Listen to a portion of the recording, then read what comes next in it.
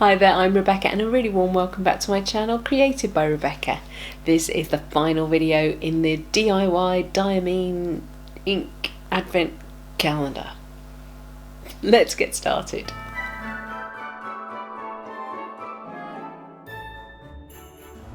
And so the first colour in this final chapter of the 2024 advent calendar is teal. I love teal, it's gorgeous. We seem to have a little theme going on with this particular row of colours, all sorts of bluey greens. I do particularly love teal as a colour.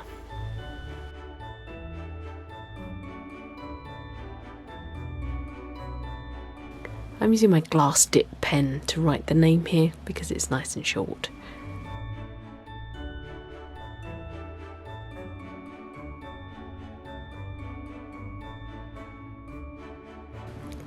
Day 21 is ochre, a beautiful earth tone.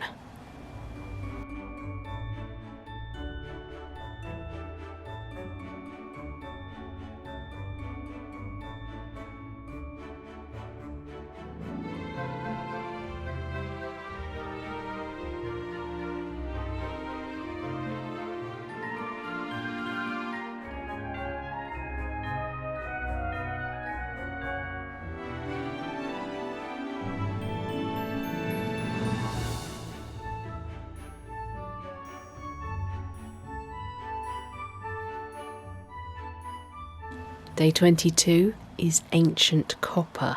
I've been really looking forward to opening this one.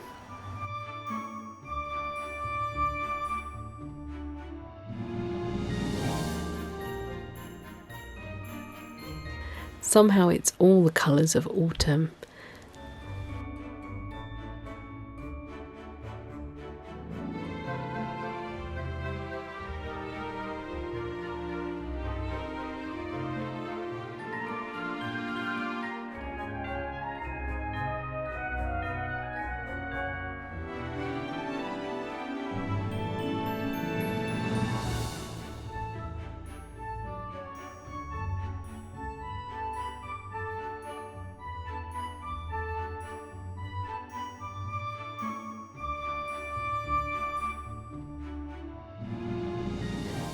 Day 23 is Aurora Borealis.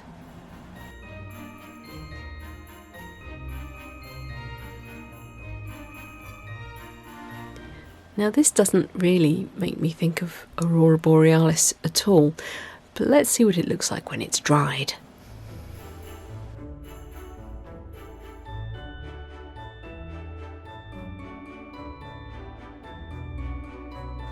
And as with ancient copper, I have moved to my Browse Fanon nib.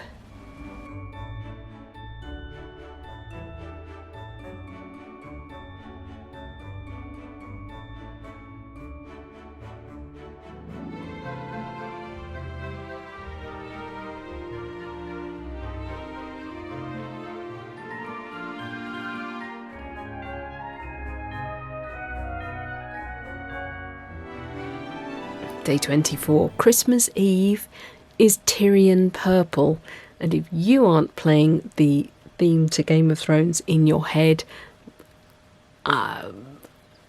you and I can't be friends anymore. It's all I hear.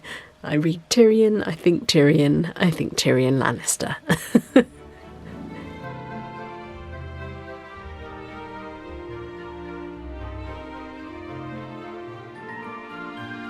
This is quite a dirty purple, and I guess that's kind of appropriate.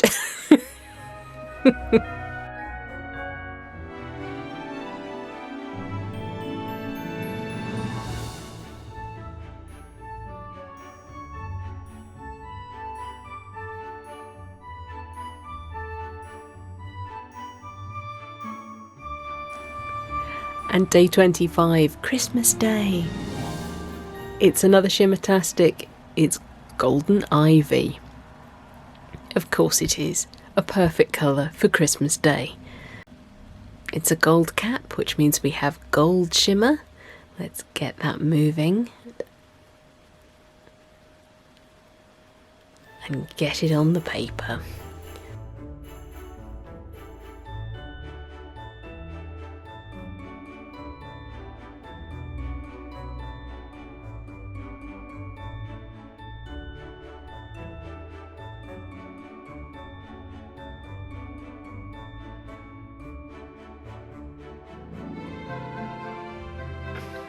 it is just looking like a green ink in the Rhodia notebook. Let's see how it develops, because it just looks green right now.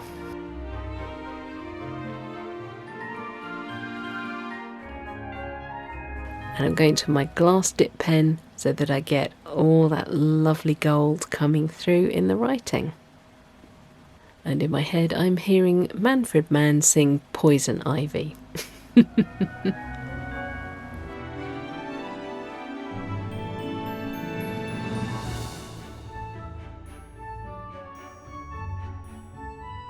We're moving across from the Rhodia notebook into the Studio by Artway sketchbook.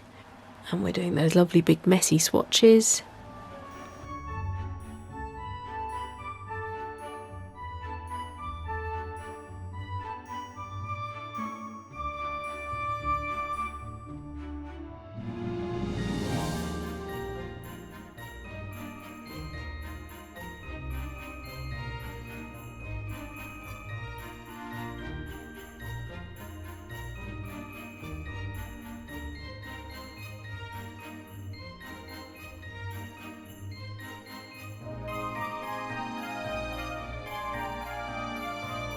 Teal looks so intense in the mass tone, but look how light and airy that watery swatch looks down the sides.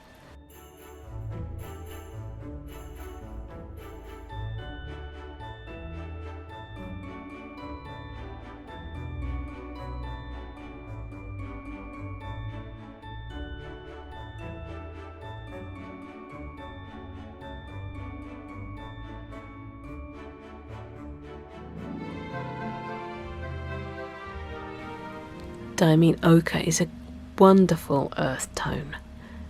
Of course, in my head I immediately think of yellow ochre, but ochre is so many colours. It's an earth pigment, so it's reds, it's browns, it's yellows, it could even be slightly greenish. And in the watered swatches, yeah, it does have quite a yellow orange to it.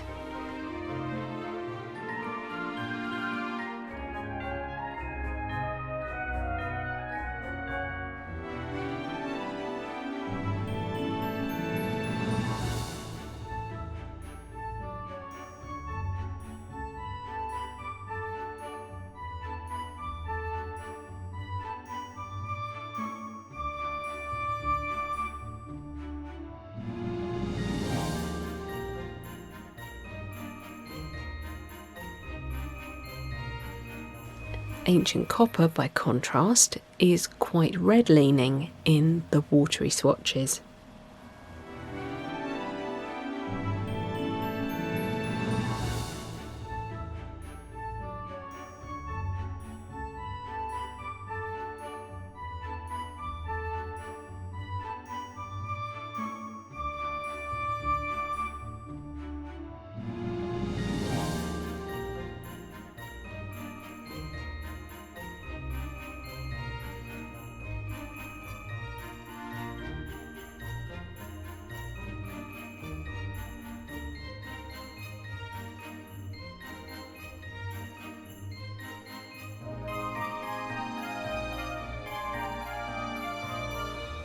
Aurora Borealis looks heavily green leaning in the mass tone. The watery swatch sort of starts more bluish, but then you get a slightly yellow-green coming out at the end of that. I'm still really interested to see how that dries.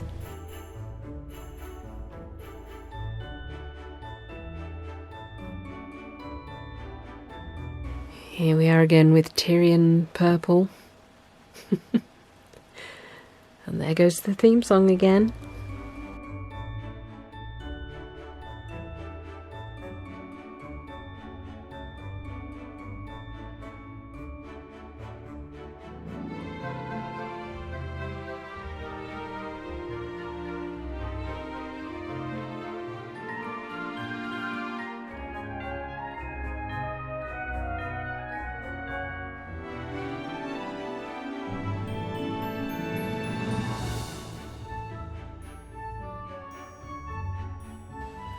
It's reminding me of writer's blood here in the watercolour swatches, so I'm going to have a look at the two chromatography strips to just see if there's any similarity.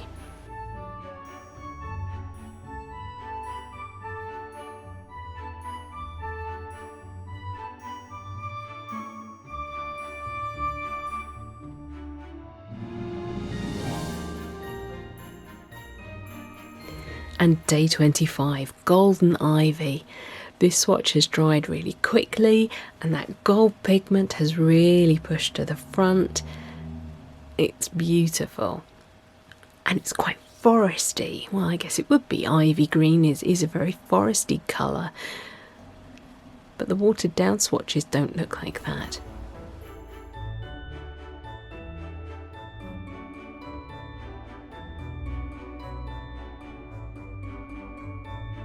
Here are all the samples in the Rhodia notebook, now they've all dried.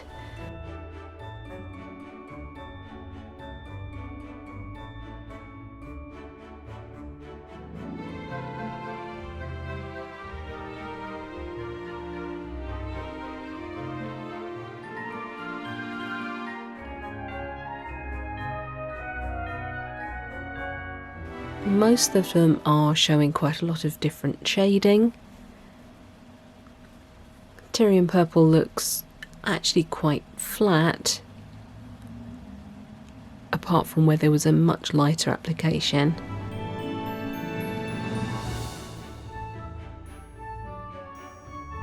And day 25 is Golden Ivy. I'm really struggling to show you the gold on this Rhodia notebook paper. You can see it in the writing really clearly, but I'm really having to work the swatch to show you the gold. And here we are with the dried samples in the studio book. Teal has gone completely flat, no real shading, but look at the lovely lightness of those watercolour swatches. Teal is described as a dark blue-green, leaning more towards the green, with no shading and no shimmer. In the chromatography strip, teal looks very grey at the beginning. It lifts to a really grey blue. Then you get a kind of sludge colour. And then a brighter sap green. Actually on camera it's looking very citrusy, but it's not.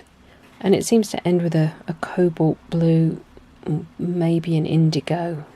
Ochre is described as rich brown, medium shading, and a black sheen. Ochre is a very consistently brown shade all the way up. We have a slight greyness to the initial swatch. I would say it's more yellow leaning, perhaps slightly cooler than warm brown, which we had on day 8, but still chestnutty, still rich. Ancient Copper is described as a rusty red brown with medium shading and a medium brown sheen. Ancient Copper is surprising in the chromatography strip. We start off with a bluey, purpley kind of initial swatch, which then lifts to quite a cool pinky red, possibly a sort of rose madder tone, and then we get an orangey brown, which is a bit like a light red, and then it ends in what almost looks like Daniel Smith's Rose of Ultramarine. A strong purpley pinky tone right at the end there. Aurora Borealis was chosen by Reddit's Fountain Pen group, and it's medium teal with medium shading and a low red sheen. The chromatography strip for Aurora Borealis is really similar to the one for teal. It's less grey and the yellowy green is much brighter than teals. Teals was sludgy. Aurora Borealis is much clearer. Tyrian purple is a medium magenta purple, low shading, no sheen and no shimmer.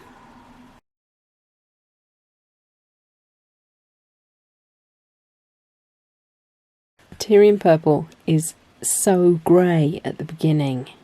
We have a really grey initial strip. The first shades of pink at the beginning, they're really grey. Then we get a flash of cadmium orange before it moves off into a deep purple lake colour. And when I compare the chromatography strips for Tyrian Purple and Writer's Blood, you can see there's no correlation.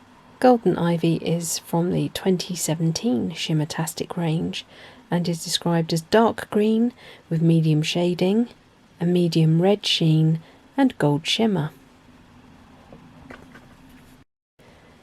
And Golden Ivy, like all the other Shimmertastics, dumps all its gold right there at the beginning of the swatch.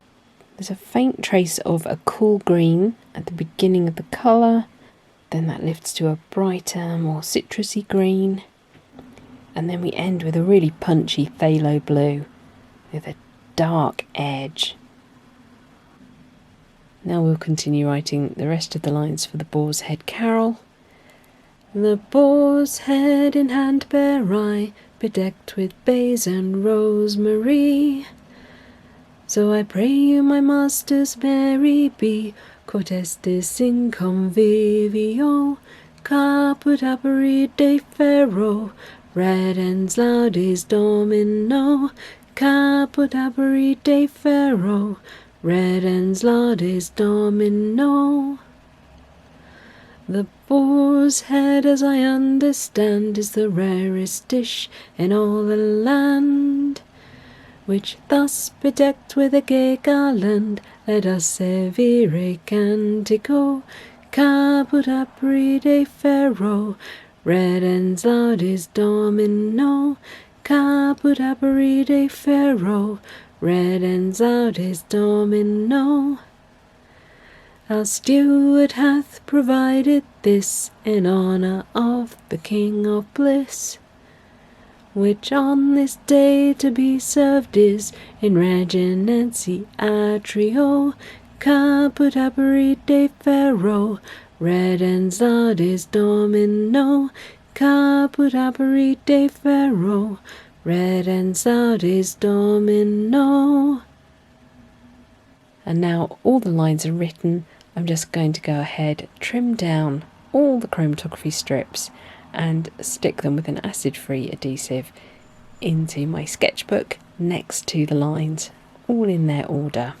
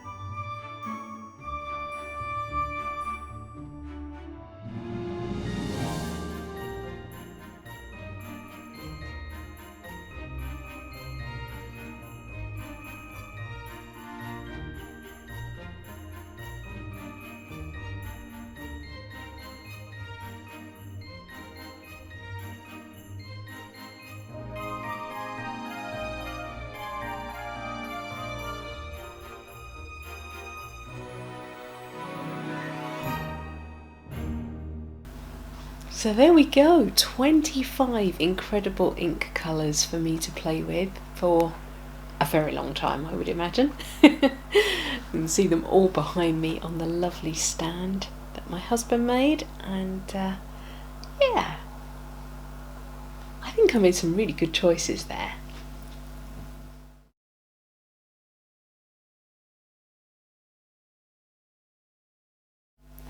Here's the full lineup. As you can see, I managed to avoid any yellows or weird colours that wouldn't write very nicely or that you wouldn't want to read.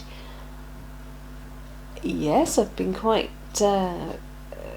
biased towards the bluey greens and also the orangey reddy browns, but I think I've got a good mix there.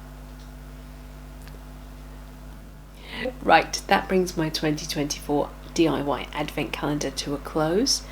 There's going to be lots more coming up on this channel. I've, as you probably noticed, just discovered the joys of needle felting, so there's going to be more of that going on, more painting, more drawing, lots. So please remember to like, share and subscribe to me here on YouTube. Until next time, bye.